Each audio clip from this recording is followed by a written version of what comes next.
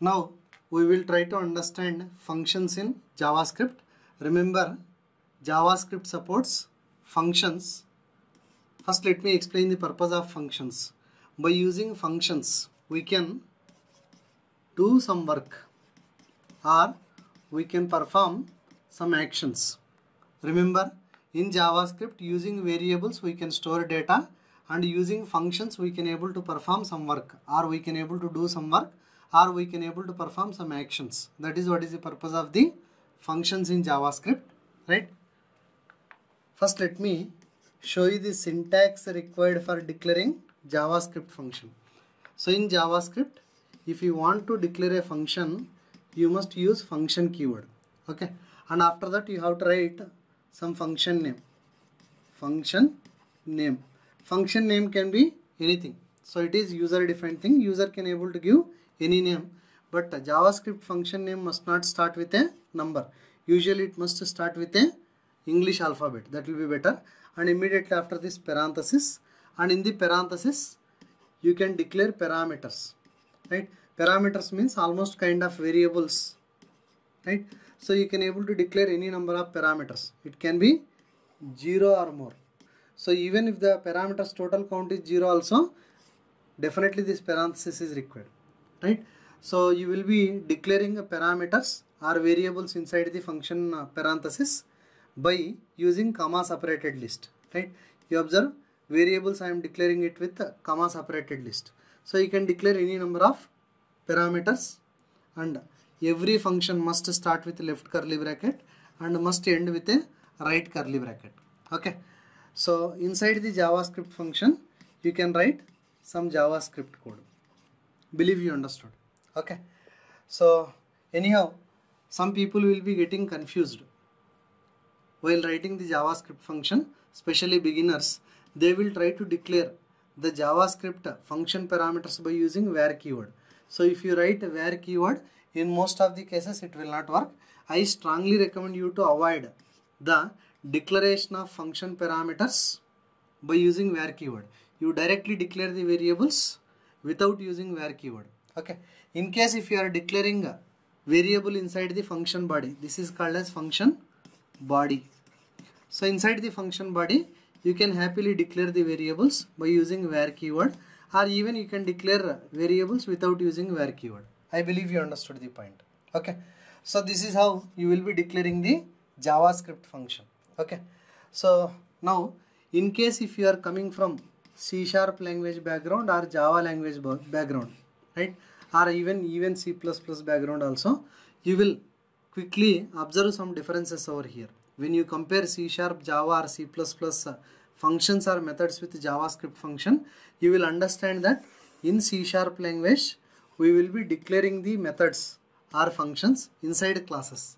But anyhow inside JavaScript there is no such kind of a class concept, and hence you can able to directly declare a function or method. And not only that, usually in C# language or Java language or C++ language, the function or method declaration will be having return type. Let me explain. In case if you are not aware of C# or Java or C++, you no need to understand the comparison between C#, Java or C++ methods with JavaScript functions. So these points are relevant only to the people who are aware of C#, Java and C++. Now listen. So usually in C# language you will be declaring a class something like this. Public class, some class name, open curly bracket, end curly bracket, and inside the class you will be writing usually some access modifier public and some return type, right? So return type can be void or it can be any other data type, and immediately after that you will be writing some function name and parameters, int x, string y, something like that, open curly bracket, end curly bracket, and inside the method body will be writing some C# code, okay? In case if it is a C# class and C# method, right? And you observe even variables are declared by using actual data types. All what I am trying to explain here is, in JavaScript there is no question of access modifiers. JavaScript will not support access modifiers, and not only that, even return type is not present, right? No question of return type. in JavaScript functions, right? So every function must be declared by using function keyword. And remember, even this function keyword is also case sensitive. In case if you write the function something like this, it won't work, right? Because JavaScript is case sensitive. I believe you understood the point. JavaScript is case sensitive, and JavaScript functions you will be directly declaring it without having classes, because there is no concept of classes in JavaScript, right? So I believe you understood all these things.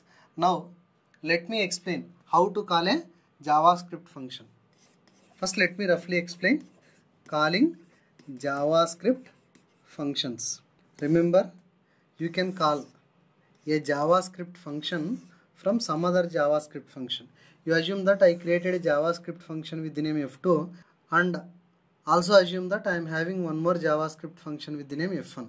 So from the F1 function we can able to call F2 function, right? Maybe something like this. Function fn1. Next, let us say somewhere in JavaScript I am having function fn2. So you can call fn2 something like this. In case if the function is expecting any input, you can able to pass the corresponding values, right? All what I am trying to explain here is we can call a JavaScript function from some other JavaScript function. Not only that, we can able to call a JavaScript function from an event. Event means HTML event. So from an HTML event, you can able to call a JavaScript function. Okay, you assume that here F3 is a JavaScript function, and from an HTML event you can able to call the JavaScript function. Okay, so now immediately you may get a doubt here. The doubt is, what does that HTML event means? Remember, HTML event is a piece of code, some code which will be usually executed when user performs an action, or in simple words, HTML events will be executed when the user is performing some actions. Okay, maybe actions can be clicking on button control, right, or selecting an item present in drop down list, whatever it can be, right? So it will call the event, and event, from the event you can able to call a JavaScript function. So anyhow, once I explain the examples or samples for calling a JavaScript function from some other function, or calling a JavaScript function from an HTML event, you will get a clear picture. But anyhow, I strongly recommend you to remember all these points as of now, right? So you can call a function from some other function, or we can able to call a function from an HTML event. But remember, JavaScript will not support something called as main method or main function, right? So maybe in case if you are coming from C# or Java or C++ or C languages, you would have definitely observed main function, right, or main method.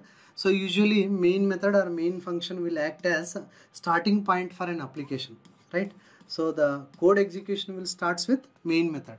But when it comes to the JavaScript, there is no concept of main function, right? And hence there won't be any starting point in JavaScript, right? So user has to perform some action for calling some piece of code present in the JavaScript. I believe you understood the point. In the next session, I will be explaining the samples for creating some JavaScript functions, and I will also try to explain how to call a JavaScript function from some other JavaScript function, and also in the same example I will try to explain how to call a JavaScript function from an HTML event also. Believe you understood?